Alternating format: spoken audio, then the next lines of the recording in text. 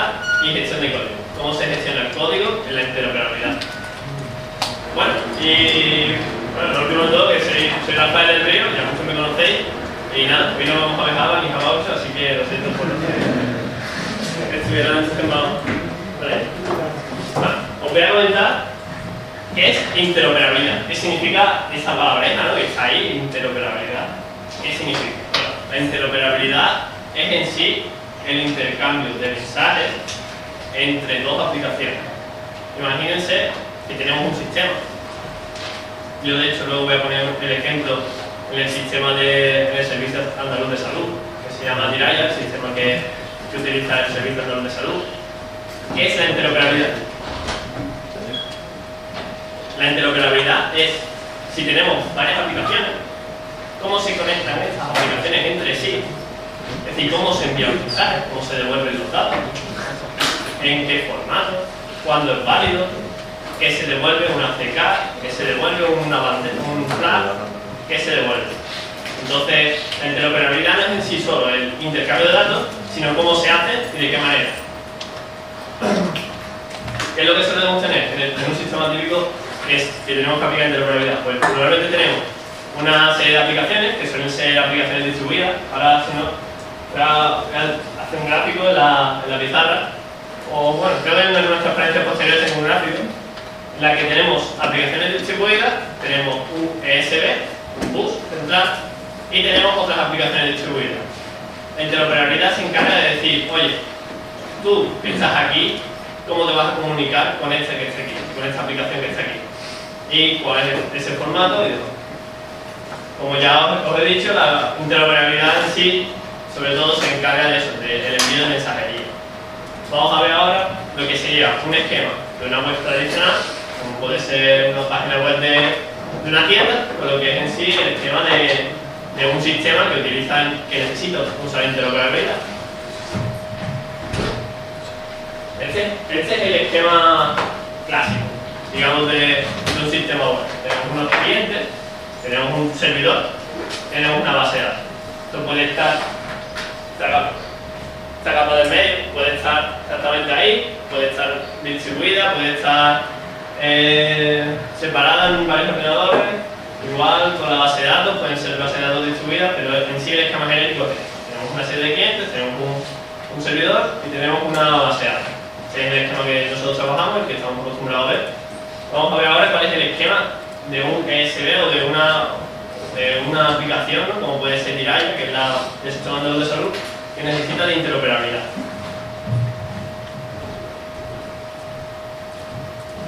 Este esquema es diferente, he puesto una imagen, digamos, representativa de lo que es un bus y de lo que es una mensajería en un ESB.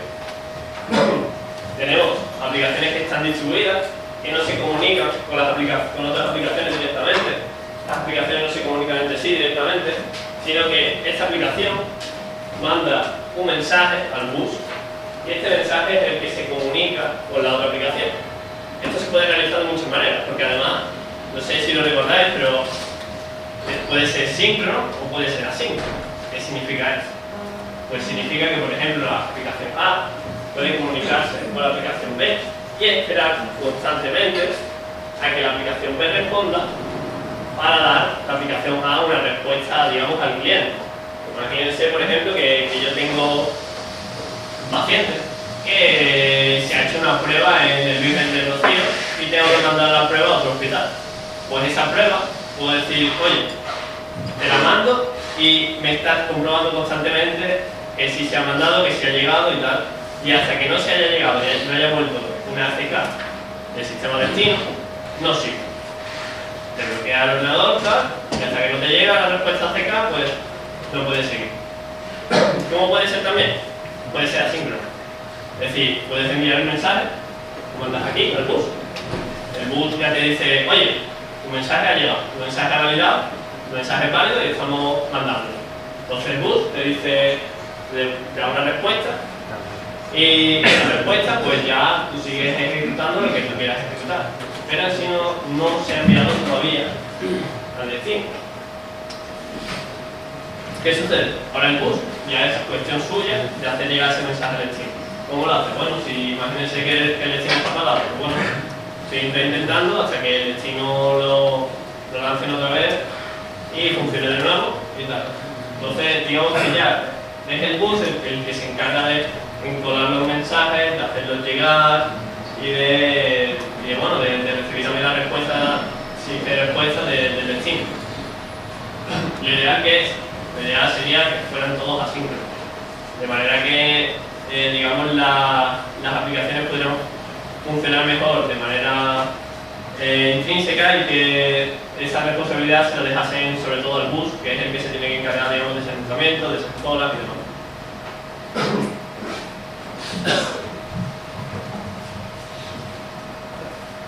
Que es quizás lo que se me ha comentado un poco al principio, ¿no? ¿Cuál es la motivación, ¿no? de hacer esta charla? Pues la motivación es simple. La motivación también tiene que ver con mi experiencia.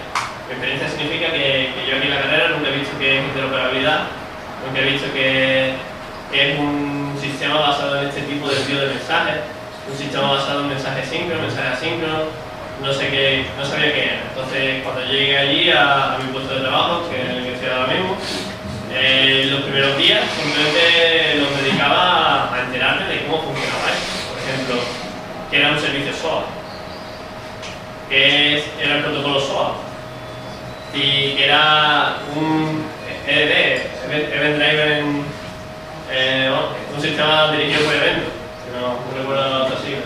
Y la motivación de esto principalmente es muy parecida a lo que sucedió el otro día con Java. En la carrera no se dan todo lo que existe, no se da todo lo que existe. De hecho, mucha parte es muy centralizada de lo mismo.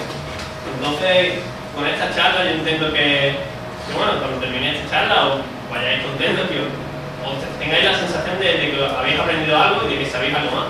Y que el día de mañana se os dice esa palabra de interoperabilidad, de vale, esto funciona así. O si se habla de Diraya, si se habla del Servicio Andaluz de Salud, os diga, vale, yo sé cómo funciona eso internamente. Una ligera idea. ¿Por qué? Porque ya lo he visto. Nada, y como el otro día, pues os acordáis de mí y estéis contentos con ello. Ahora voy a centralizarme sobre todo en cómo funciona dentro del SaaS, dentro de Diraya. Diraya es la aplicación que utiliza el SaaS, es una aplicación que en sus inicios daba muchos problemas. De hecho, a día de hoy aún los da. De hecho, no estuvieron pensando en reemplazarla por allá por el 2009, si no recuerdo mal. Y bueno, y se ha ido mejorando poco a poco y poco a poco se va perfeccionando.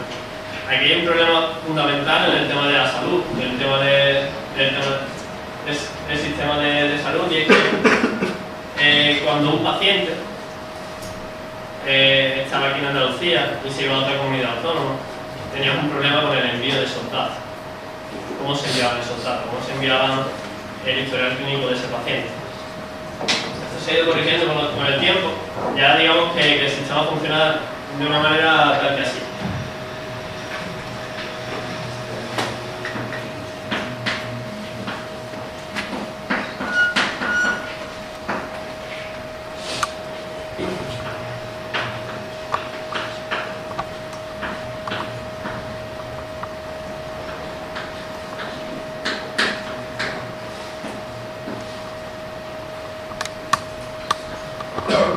Ahora el sistema funciona de esa manera. Veis que, por ejemplo, en el tema de la receta electrónica, que se ha implementado hace un poco, si yo tengo en mi tarjeta, por ejemplo, medicamentos, que me voy a Extremadura, ¿cómo sabe un sistema que está en Extremadura qué medicamentos tengo? Pues la manera en la que se comunican es de esa manera. Digamos que tiene en una comunidad autónoma, tú tienes tus datos en una base de datos, que en este caso está en Málaga, el CP de la base de datos. Bueno, si fuera necesario, te fueras a otra comunidad autónoma, esa comunidad autónoma le pide los datos al ministerio, el ministerio te pide los datos a Andalucía, de Andalucía se consulta la base de datos de Málaga, devuelve los datos al ministerio y del ministerio se devuelve a Extremadura o allá donde estés. El tema es que para implementar esto se ha tenido que, digamos, pasar mucho tiempo y realizar arquitecturas complejas como el Diraya. Diraya no es solo una aplicación, sino que son muchas aplicaciones. Diraya se compone de estación clínica, se compone de aplicaciones que están en los hospitales, se compone de aplicaciones que están en los servicios de atención primaria, como pueden ser centros de salud, por ejemplo. Se compone de pruebas de laboratorio, porque además no necesariamente, si estás en el Virgen del Rocío, que tiene una urgencia, no necesariamente allí pueden tener las pruebas de sangre que te tengan que hacer y a lo mejor las derivan a otro laboratorio. De esta manera se ha creado una red, digamos, que se compone de muchas aplicaciones, y de ahí es donde nace Diraya. Diraya es una aplicación de aplicaciones. Y aquí es donde se enmarca la interoperabilidad.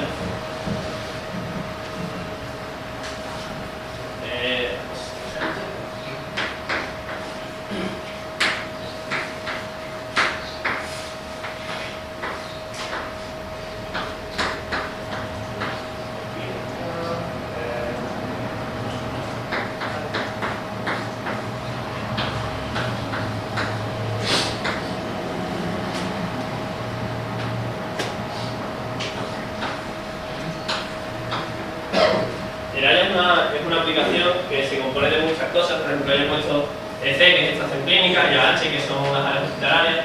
El tema de la interoperabilidad es también cómo se comunican entre las diferentes aplicaciones dentro de Diraya. Y normalmente el esquema que nosotros tenemos es el siguiente. Nosotros dentro de un hospital tenemos, digamos, lo que sería un ESB distribuido. Un ESB distribuido significa que cada área hospitalaria tiene su ESB, porque un hospital normalmente tiene muchas de esas aplicaciones. Un hospital puede tener estación clínica, un hospital puede tener pruebas de laboratorio, un hospital puede tener varias pruebas. Entonces digamos que Diraya se compone así.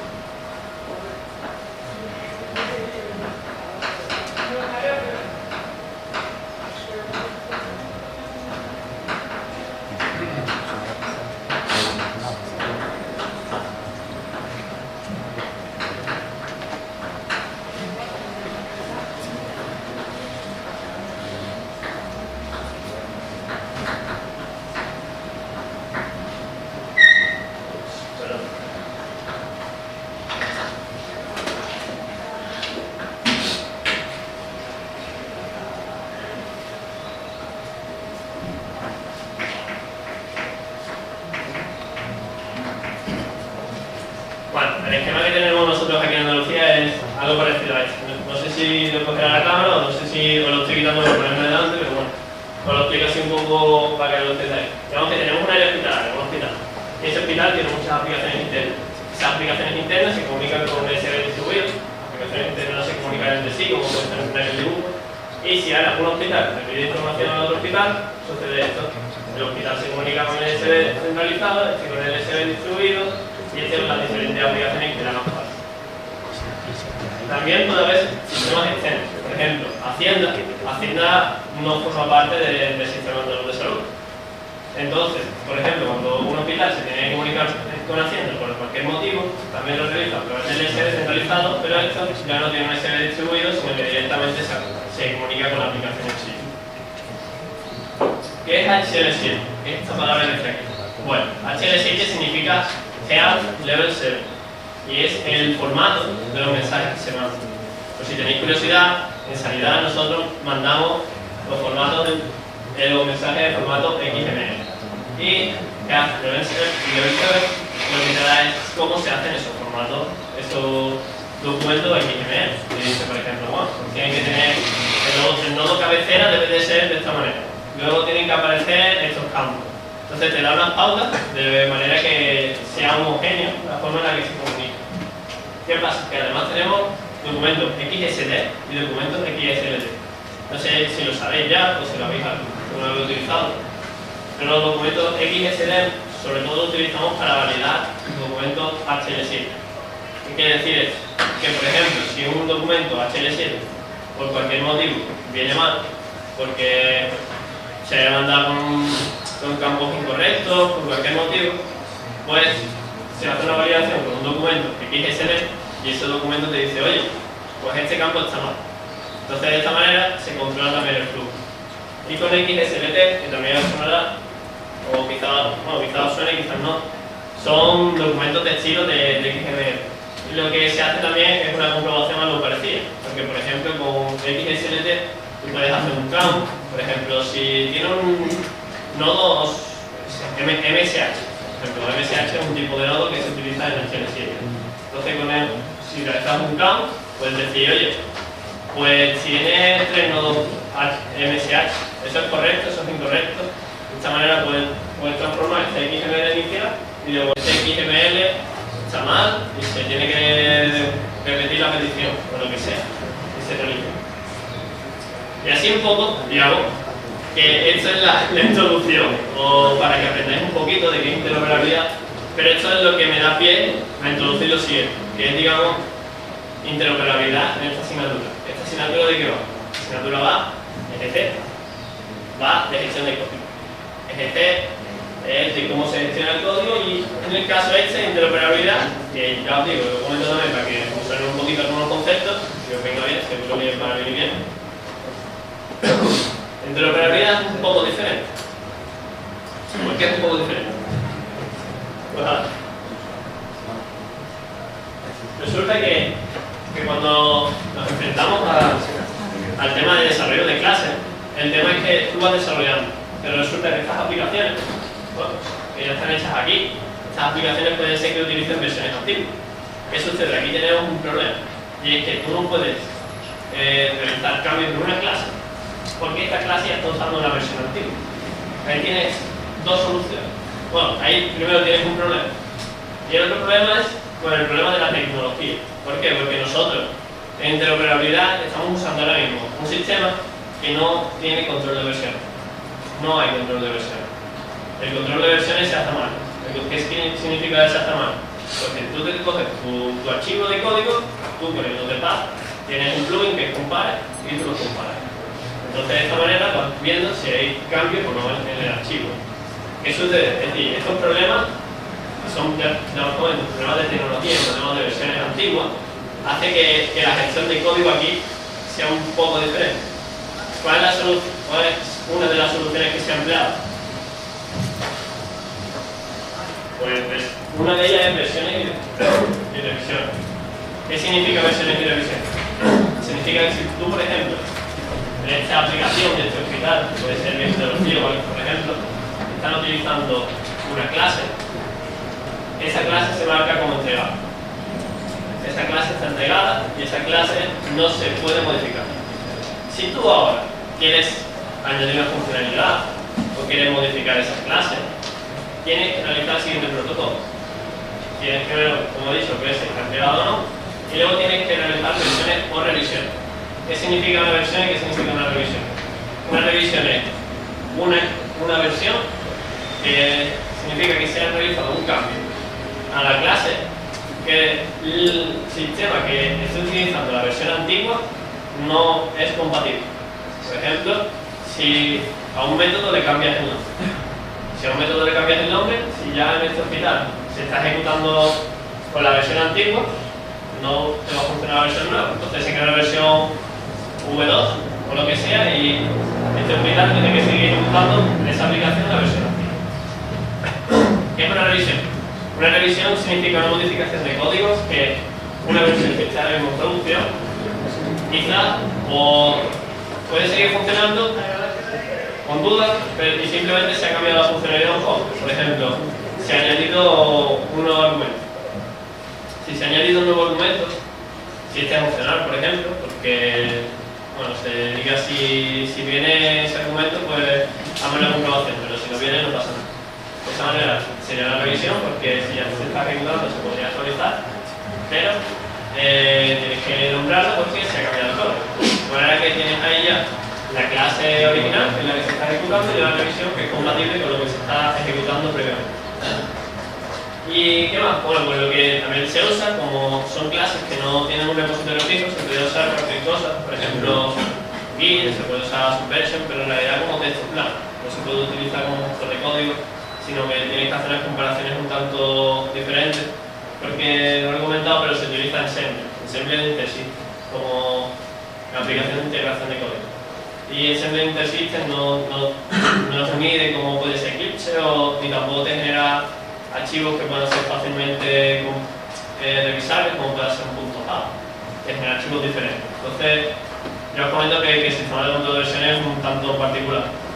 Pero ahora en el 2016 hay una actualización de Ensemble, así que parece que ya se va a poder controlar el tema ese. Así que ahora mismo lo que se está haciendo es en Confluence, de Atlassian, es una aplicación de Atlassian, se crean páginas para cada ámbito y en cada ámbito de un hospital, bueno, pues tenemos lo que sería así como si fuera un control de versión. La persona que ha hecho ese cambio, sobre la clase que ha hecho ese cambio, sobre el método que ha hecho ese cambio y la descripción de ese cambio. Entonces tendríamos, digamos, bueno, la fecha también. Entonces, de esta manera, digamos que hemos forzado a tener un control de versiones que nos dice más o menos cómo que se ha ido cambiando, ¿no? A lo largo de la trayectoria. Entonces, por ejemplo, si creas una nueva revisión o tal, lo pones ahí, dices, bueno, esta es la fecha, soy la persona, he creado una nueva versión de esta clase. ¿Por qué? Porque he modificado este método o porque he creado un método nuevo que resulta que hace incompatible todo lo anterior y comentas también la descripción de este cambio. Digamos que es la única forma que hay ahora mismo de controlar temas ese. Y vamos un poco más, si tenéis preguntas o lo que sea, os las comento porque bueno, tampoco tenía mucho más material. Así que bueno, más o menos comentaros lo que ya he dicho, que es la interoperabilidad, que espero que os haya quedado un poco claro, cómo funciona Diraya, por qué necesita esa interoperabilidad, cómo funciona el envío de un mensaje en Diraya y por qué hace eso que sea un poco difícil la gestión del código y por qué tengamos que mantener una revisión antigua funcionando en producción cuando teóricamente podría ser actualizada. Así que bueno, eso es todo y nada, si tenéis preguntas y tal, pues me la comentáis. Yo tengo una pregunta, ¿sabes por qué estamos usando este tipo de control de versiones en vez de usar algo que sea más conocido, como Draguito, algo de el problema que tiene eso es que, bueno, Git, en Git tendría que crear un repositorio privado, porque no puede crear un repositorio público con este tipo de proyectos. Pero yo creo que se podría. Es decir, en realidad Git te puede hacer un compare de los archivos, porque en realidad haces un compare de las líneas del archivo y tal. Y yo creo que se podría hacer en Git.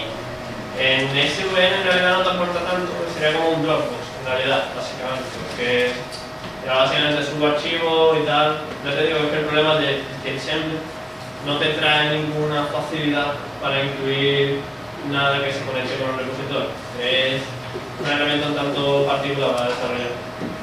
Entonces, está usando un sistema de desarrollo, un lenguaje de programación que su código hace que no sea posible el uso de una herramienta normal de control de versiones. O sea, que el código fuente no sea código fuente, sino que sea un archivo binario. No, tienes que realizar la comparación binaria. Como si fuera... ¿Los archivos de código fuente que se usan son texto o no son texto? Sí, a ver, tú programas en texto, lógicamente. Tú programas en texto, el lenguaje de programación se llama Cache Object Script. Caché. Object Sí, Script. caché Object Script. La base de datos donde se guarda se llama caché.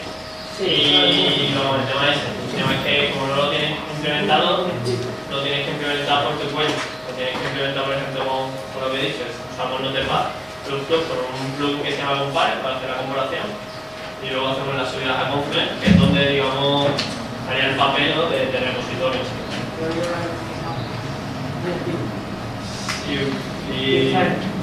Sí. Está viendo la cámara.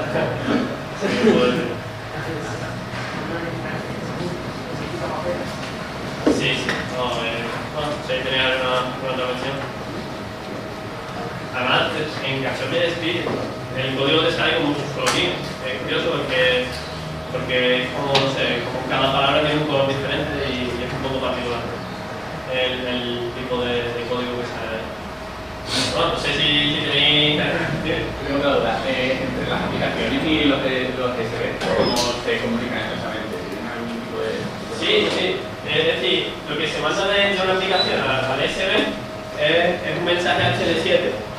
Es un XML, el formato HL7, que el formato HL7 es un formato de sanidad, está hecho específico de sanidad, más que HL7.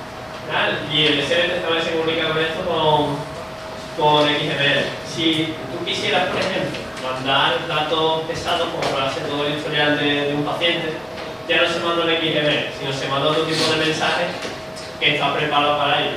Un XML normalmente se usa para enrutamiento, como puede ser, por ejemplo, cuál es el código marco del sistema Unix.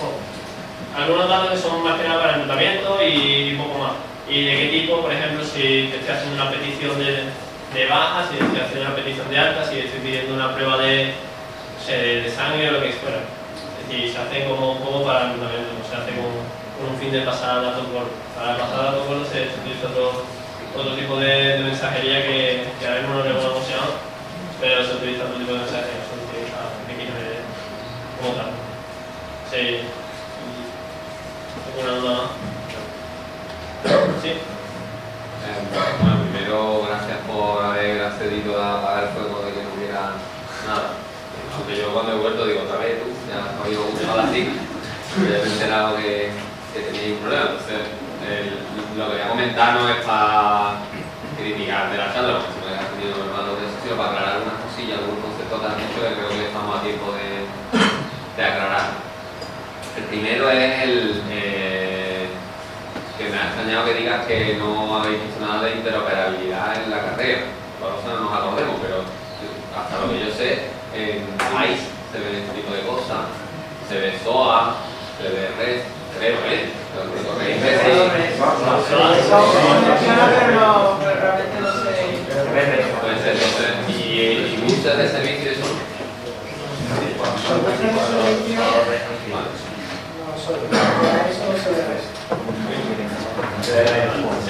Algo parecido, es decir, igual que está toda la red y tal, pero en vez de mandar mensajes con cosas solo, mandar un email, Sí. ahí un poco más o menos. Vale, eso por una parte. Otra en esta misma diapositiva que XSLT es lo mismo que tenemos muy parecido con los esquemas, porque lo de aquí más de pero tampoco es del todo correcto. No, digo la usabilidad que nosotros le damos. Es decir, son cosas completamente diferentes. Porque un XSL, digamos, es un esquema, que lo que te hace es que comprueba el esquema de un XML. Y un XSL lo usamos para validación de contenido. Por ejemplo, puedes acceder a un nodo concreto y decirte, este nodo, por ejemplo, un nodo concreto que se llama MSH1. Este nodo concreto debe tener un pipe. Si este nodo en concreto no tiene un pipe, pues significa que el contenido del mensaje está erróneo, por cualquier motivo.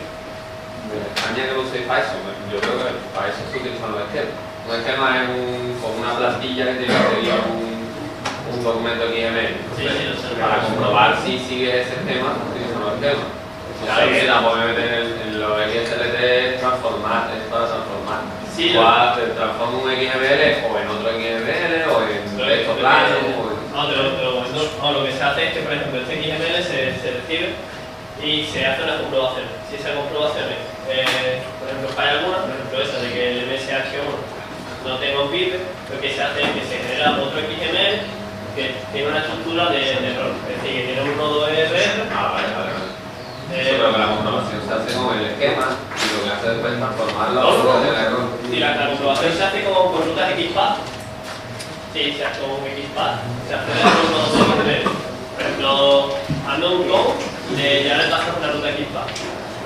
Y esto se ha hecho con el XSL y esto. Tienes un XSLI, tienes un XSL, bueno, XSL tiene un lenguaje completamente nutrido que tiene WEN, tiene FOR, tiene etc. Entonces, tú cuando haces la comprobación de XSL, tú si alguna te falla, pues te generas otro XML con nodos RR, por ejemplo, nodo RR1. El campo MSH1 viene incorrecto, nodo RR2. Entonces, tú esos datos, luego haces una comprobación y dices, oye, el XML que me ha generado esto tiene datos. Si tiene datos, entonces se ha producido un error aquí. Recibes esos datos, se los cruzas al XML al final, en un nodo RR nuevo y lo puedes devolver de vuelta. Digamos que generas un NACK con los datos generados aquí, y la comprobación de esquema que se hace con XSL sobre todo es para comprobar, no se hace el contenido, por así decirlo, no comprobamos, por ejemplo, un nodo en concreto tenga un pico, sino que se hace, por ejemplo, este nodo viene detrás de este, sí. ¿Existen 3 nodos de este tipo? Sí. cosas así. Vale. Y el último que sí creo que bueno, que lo vayamos aclarando, que has dicho, no podemos utilizar Git porque Git no te deja tener repositorios privados. 7 euros. 7 euros te No, dejan. pero no, más que eso. Esto es una cosa de Git y otra cosa de GitHub por tienes a los tu ordenador solo, puedes montar un servidor para tu... Me refería a Git. Vale. Sí, pero entonces que sí se podría utilizar Git. Sí, Si sí, tú creas un servidor propio, centralizado. Eso sí. Pero se parece bien, que vamos, es normal, ¿eh? Al inicio uno se lía, pero que a esta altura ya vayáis separando lo que es la herramienta en sí, la instalación que haya y un proveedor de servicio que te dé... Vale, yo la que me dice que vamos con el principio plantearme era que Git lo igualaba a Tortoise que usaba en SVN y GitHub lo igualaba al Redmine que tenemos en Project y que nos daba el repositorio. Esa es la comprobación que yo hacía en principio plantearme. Bueno, Vamos a ver. y pensando en eso para tenerlo más claro. No sé si tenéis alguna pregunta más de cómo funciona Miraya en concreto o la interoperabilidad en general.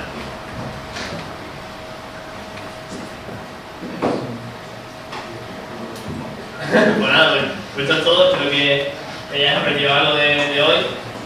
Y nada, eso que bueno, nos sentimos por el tema este de que no puede venir la persona que estaba invitada, pero bueno, al menos hemos repasado algunas cosillas y seguro que nos vamos de aquí y aprendiendo algo, que eso es lo importante. Nada, muchas gracias.